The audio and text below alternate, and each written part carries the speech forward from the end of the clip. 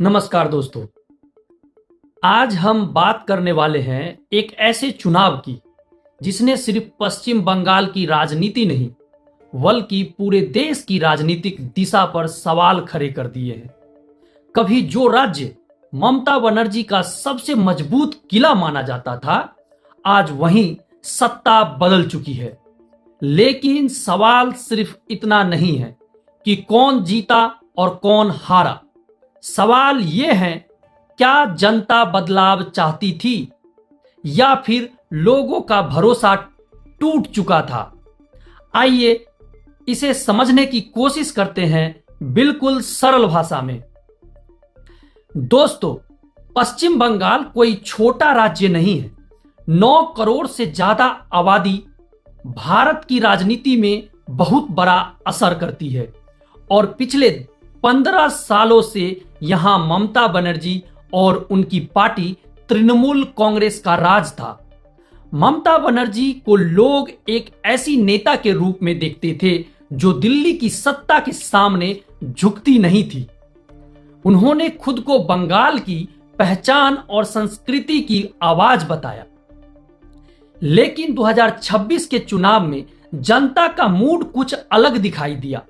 23 और 29 अप्रैल को वोटिंग हुई और सबसे हैरान करने वाली बात थी मतदान प्रतिशत। 92% से ज्यादा लोगों ने वोट डाला। इतना बड़ा मतदान अक्सर एक संकेत देता है दोस्तों कि जनता सिर्फ सरकार चुनने नहीं बल्कि कुछ बदलने निकली है। जब परिणाम आए तो सब चौंक गए। 4 मई मतगणना शुरू हुई और धीरे धीरे जो तस्वीर सामने आई उसने पूरे देश को चौंका दिया। बीजेपी 206 सीटें, तृणमूल कांग्रेस 80 सीटें और अन्य के खाते में 6 सीटें। सरकार बनाने के लिए चाहिए थी सिर्फ 148 सीटें और बीजेपी उस आंकड़े से काफी आगे निकल गई। सोचिए, एक ऐसी पार्टी जो कभी बंगाल में संघर्ष करती थी आज वही सरकार बना रही है और दूसरी तरफ एक समय पूरे राज्य पर हावी रहने वाली पार्टी अब विपक्ष में है। राजनीति में समय कितनी तेजी से बदलता है, ये चुनाव का सबसे बड़ा उदाहरण बन गया। यह सिर्फ बंगाल की कहानी नहीं है दोस्तों, ये चुनाव सिर्फ सीटों का खेल नहीं है, ये एक बहुत बड़ा राजनीतिक संदेश है दोस्तों। क्योंकि बंगाल हमेशा क्षेत्रीय राजनीति का गढ़ माना गया। पहले वामपंथ, फिर ममता बनर्जी, लेकिन अब बीजेपी की जीत ये दिखाती है कि राष्ट्रीय राजनीति अब उन राज्यों तक पहुंच रही है जहां कभी उसकी मौजूदगी बहुत कम होती थी। और शायद यही वजह है कि इस चुनाव को इतना बड़ा माना जा रहा है।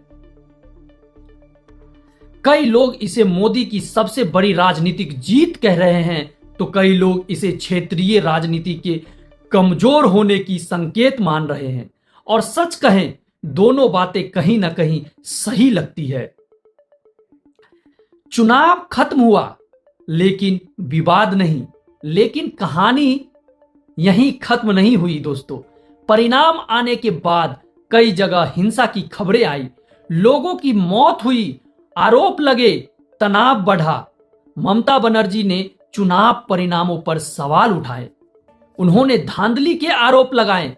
दूसरी तरफ बीजेपी ने इसे जनता का स्पष्ट जनादेश बताया। अब सच क्या है ये जांच एजेंसियां तय करेगी दोस्तों।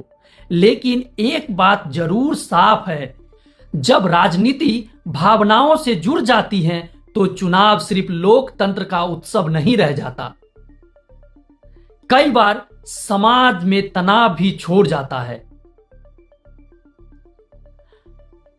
अब सबसे बड़ा सवाल है, क्या बीजेपी बंगाल की संस्कृति, भाषा और भावनाओं को समझ पाएगी?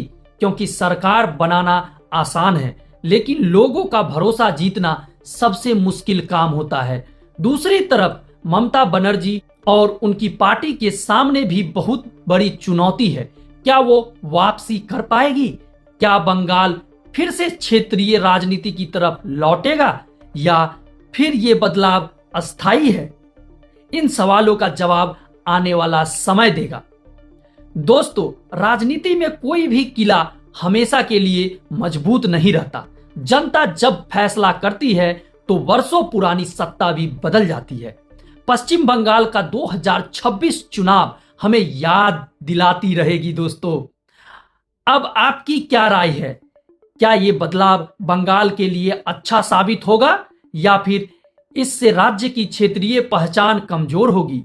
कमेंट करके जरूर बताइए। अगर आपको यह वीडियो पसंद आया हो तो वीडियो को लाइक कीजिए, शेयर कीजिए और हमारे चैनल को सब्सक्राइब कीजिए। मैं फिर मिलूंगा एक नए मुद्दे, एक नए सवाल और नई चर्चा के साथ। धन्यवाद, नमस्कार।